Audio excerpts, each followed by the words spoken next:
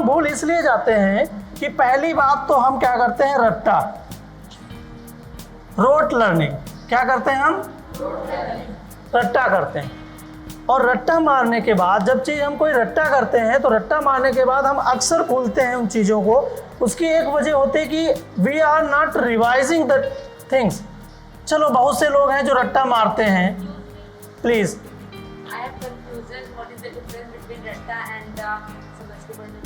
हाँ, आप बिल्कुल बहुत बढ़िया क्वेश्चन। नहीं भाई हंसिए मत, देखो क्वेश्चन पूछने वाले का हमेशा वेलकम किया करिए। Please clap for him.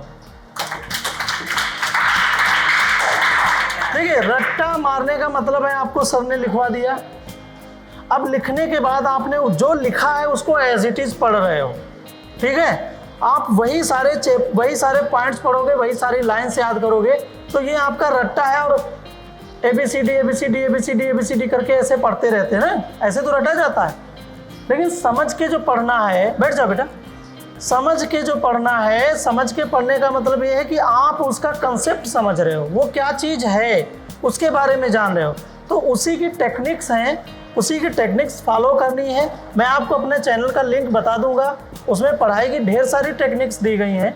कैसे आप नोट्स बनाओगे, कैसे आप बेहतर स्टडी करोगे, कैसे आप अपनी जो है मेमोरी कैसे इंक्रीज करोगे, क्या क्या आपको ब्रेन के साथ करना चाहिए, ये सारी चीज़ें आपको करनी है। तो रट्टा नहीं मारना, हमें क्या करना है, मेमोराइज करना टेक्निक के साथ। इसमें आपकी एक टेक्निक आती है मेमोरी पैलेस टेक्निक। इसमें आपको क्या होता है, आपको एक अपने दिमाग में एक महल टाइप का बनाना होता है। जैसे आपने पूरा पहले बुक पढ़ लिया, बुक पढ़ते समय आपने कुछ पॉइंट्स नोट कर लिए, उन पॉइंट से रिलेटेड आपका जैसे क्लासरूम को आपने प्रेजेंट किया कि मेरा क्लासरूम हमारे लिए मेमोरी पैलेस बन गया, तो क्लासरूम की डेस्क को आपने किसी पर्टिकुलर चीज़ से डिनोट कर दिया, फैन को किसी और चीज़ से कर दिया, साउंड को किसी और चीज़ से कर दिया।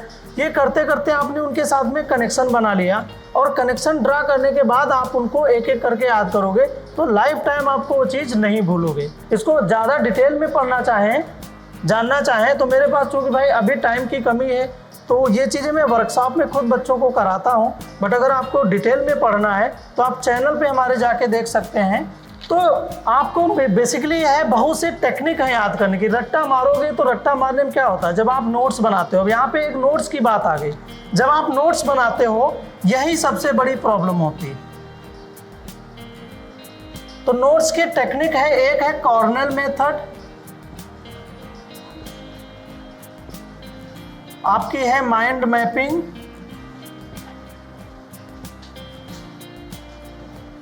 कॉर्नल मेथड में पेपर के 4 कॉलम किए जाते हैं। एक साइड में कुछ वर्ड्स लिखे जाते हैं जो उसके इंपॉर्टेंट होते हैं, एक साइड में आपको उसके कुछ क्वेश्चन आंसर लिखे जाते हैं, नीचे समरी लिखी जाती है, ऊपर टाइटल लिखा जाता है, और उसके बीच में आपको जो कोर कंसेप्ट होता है चैप्टर का वो लिखा जाता है। देखिए जो हेडिंग आप बुक से, जो गाइड से, जो टेक्स्ट बुक से, रेफरेंस बुक से देखते हो, वो हेडिंग किसी काम की नहीं होती, क्योंकि वो आपको याद नहीं कराती। लेकिन अगर आप अपने नोट्स खुद बनाते हो तो आपको ये चीज़ें थ्रू आउट लाइफ याद होती।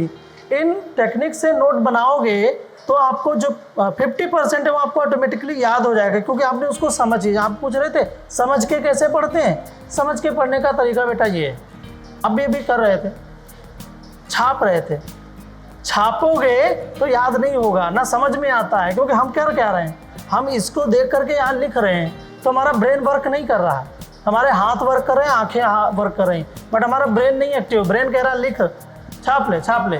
तो कॉपी में हम केवल जीरोक्स करते हैं, फोटोकॉपी करते हैं, और हम कुछ नहीं करते।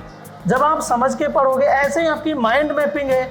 माइंड मैपिंग में क्या होता है, माइंड मैपिंग में आपका जो चैप्टर होता है वो यहाँ पे आप बीच में लिख देते हैं। एक पेपर होता है, पेपर पे आपने माइंड मैपिंग में यहाँ पे चैप्टर बीच में लिख दिया, उसके बाद आपने उसकी सब हेडिंग्स इस तरह से लिख दी यहाँ पे चारों। अब उनका क्या है, उनका आप ये करिए, किसी को त्रिभुज से लिख दीजिए, किसी में ओवल बना दीजिए, किसी में आप हेक्सागन, पेंटागन इस तरह से बना दीजिए, ठीक है, अलग अलग तरीके से। तो क्या होता है, जो आपका ब्रेन होता है ना, वो ब्रेन जो है हमारा फिगर्स को बहुत ज़्यादा पकड़ता है। तो आप जब सोचोगे कि ये चैप्टर मैंने याद किया था, इसमें कौन कौन सी हेडिंग थी, तो आपका दिमाग हेडिंग पे कम जाएगा, इन सर्किल्स और इन शेप पे जाएगा, और अचानक आपके दिमाग में क्लियर आइडिया आ जाएगा। कि अरे वाह ये चैप्टर है। और क्या होता है कि जब इसको आप करोगे तो पूरा चैप्टर आपके ब्रेन में ऐसे ही सर्कुलेट होता रहेगा, माइंड मैपिंग की तरह। एक आपके ब्रेन में मैप बन जाएगा। तो जितने भी बच्चे, जितने भी स्टूडेंट ये सारे टेक्निक्स फॉलो करते हैं, वो टेक्निक्स आपको स्टडी के लिए और ज़्यादा अच्छा बनाती हैं। बोर्ड एग्ज़ाम होगा और बोर्ड में फिर प्रेशर आएगा मम्मी का, रिलेटिव्स का, पड़ोसियों का, और आपका कंपैरिजन होना शुरू होगा। लेकिन अगर आप आज से पढ़ाई की आदत डाल लोगे, डेफिनेशन खुद से बनाओ। डेफिनेशन का कभी ये नहीं होता कि जो डेफिनेशन बुक में लिखी है वो बोलो। डेफिनेशन आप अपने वर्ड में लिखो।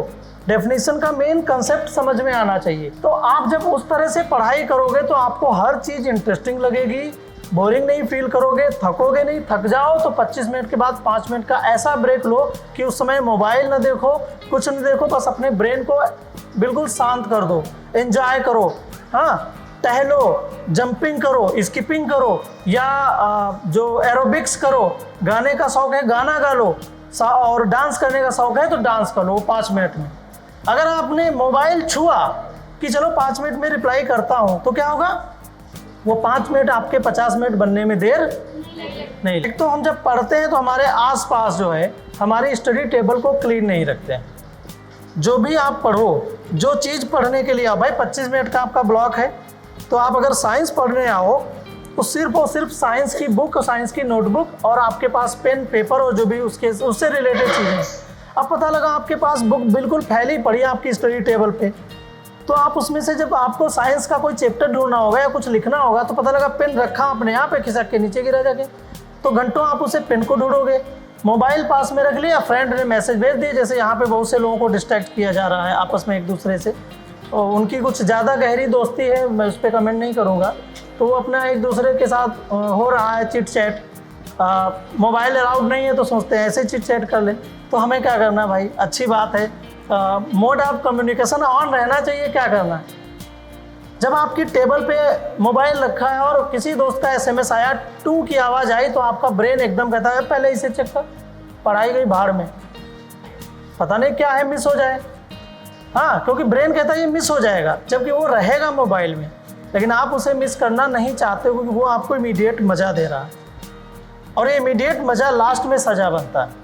मोबाइल को बोलो कि भैया तुम जाओ, थोड़ी देर यहाँ आराम करो, बहुत देर मेरी गोदी में खेल लिए हैं, अब तुम भी थोड़ा उधर जाके आराम कर लो, हमारे हाथ दर्द होने लगते हैं, मुझे थोड़ा पढ़ने दो। तो मोबाइल मान जाएगा। टीवी के रिमोट से हाथ जोड़ो और उससे कहो, हे रिमोट देवता, आप थोड़ा सरक जाओ, हमारी नज़रों के सामने से दूर हटो, बहुत मुझे डिस्टर्ब कर लिया।